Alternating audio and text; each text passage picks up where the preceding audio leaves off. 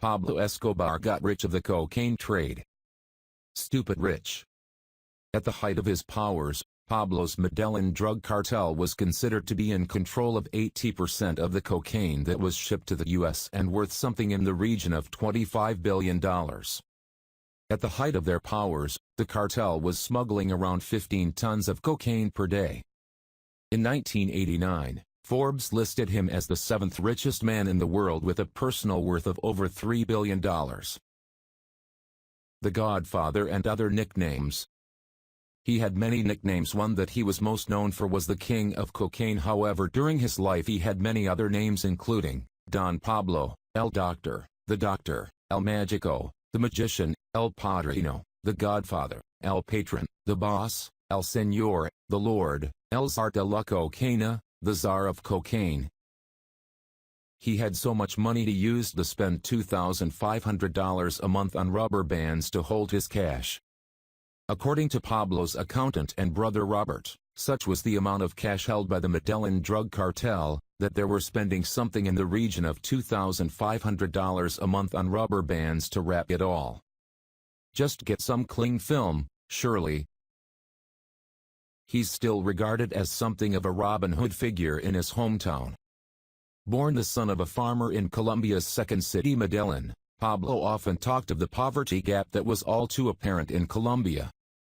Pablo used a portion of his wealth on developing real estate in his hometown, building barrios, parks, football stadiums, hospitals and churches in the area.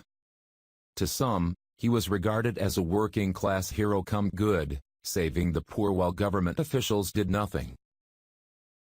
He was responsible for over 4,000 deaths.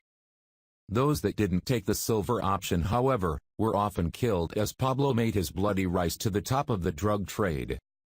In total, the Medellin drug cartel was said to be responsible for approximately 4,000 deaths, including rival drug lords, government officials and civilians. Make nothing of the myth, Pablo Escobar was a bad man. He had so much money he lost millions annually to rats nibbling this money. With the majority of the Medellin money held in storage in various warehouses, a good percentage of Pablo's ill-gotten gains had to be written off due to spoilage. Be it water damage or rats nibbling at his $100 bills, Pablo Escobar wrote off more cash than most people earn in their lifetimes. He buried his treasure like a pirate. Due to the amount of cash that was coming in per day, around $60 million at the peak of his career, they had to hide the money somewhere. One idea was to use plastic oil drums so that the money could be buried.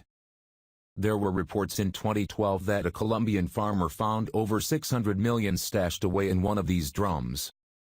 Anyone up for a trip to Colombia with a metal detector? He once burned $2 million to keep his daughter warm. Sensing a theme here, Pablo Escobar's life is once characterized by great violence funding great wealth. In 1991, Pablo was on the run after escaping from luxury prison La Catedral. Staying in a farmhouse in the hills of Medellin, Pablo's daughter soon fell ill with pneumonia, so in order to keep her warm he used nearly $2 million as kindle for fire. He even built his own prison. By 1991, Pablo had gained one too many enemies, and was under threat of being extradited from Colombia to the United States.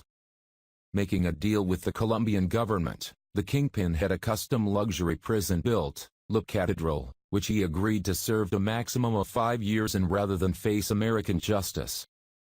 So Pablo built his own prison, and then filled it full of luxuries including a football pitch, a waterfall and a telescope that allowed him to look directly into his daughter's house when he was on the phone to her. Oh, he walked out on La Catedral after a year. By using a back door. He was a cutthroat negotiator. Pablo started his trafficking character in 1975 and fast gained a reputation for his no-nonsense negotiating style. Those who would oppose him were often asked plata o plomo, silver or lead, offering the option of bribery or facing death. Many government officials chose the silver option. Still questions on who took the fatal shot. On 2 December 1993, Escobar was shot in a gunfight. He suffered shots to the leg and torso during the fight between him and his bodyguard and the Colombian police. Who made the fatal shot to his head is still unknown. Some say that it was the police, but his brothers speculated that he committed suicide, as they said that if he was ever cornered he would shoot himself between the ears.